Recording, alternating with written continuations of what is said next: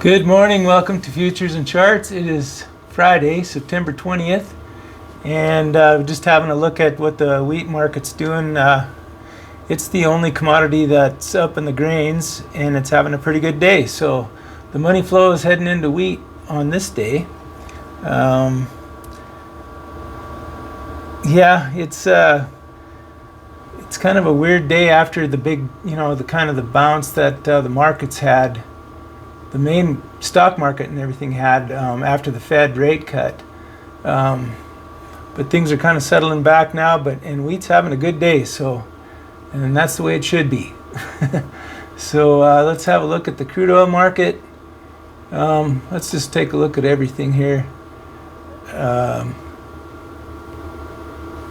So the crude is down about 60 cents, and diesel's down about 1.75, and gas is down roughly the same, a couple cents. So and natural gas is up a little bit. It's been up a little bit lately. So and of course that's one thing you want to keep an eye on for your fertilizer costs. So but it's historically low. So for the suppliers that are trying to sell it to you, I wouldn't let them use that as an excuse for why fertilizer would be up, because it's historically pretty darn low. So anyway, let's have a look at the spring wheat chart. We're up 5 right now, and let me get this scrolled up here, and then you can see this. It's so we're basically back into where this trading range was now. We had a nice little pop, and now we've kind of settled back into this same area right here. So hopefully we can create a little bit of a higher, looks like we're going to have a little bit of a higher low here, so that's a good thing, and possibly then we can run up and create a higher high again and keep this trend going. Although as far as it did drop down, it looks to me like it'd probably just trade a little sideways in this range, considering we had a top back here as well. So that would create that resistance that we were looking at the other day.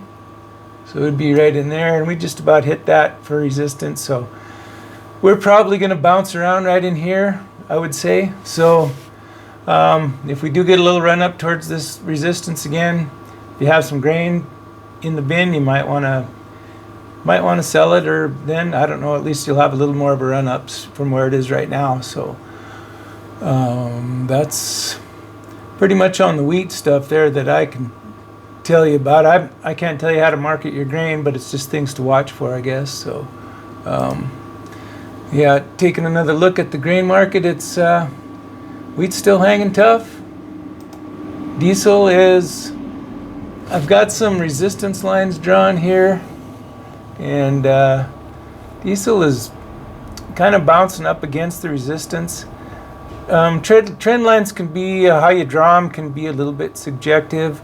I like to find the most contact points, and sometimes you'll have a little bounce above the line, but this seems to be the major trend line here. So we came up pretty close to it, and now it looks like we're taking a little breather.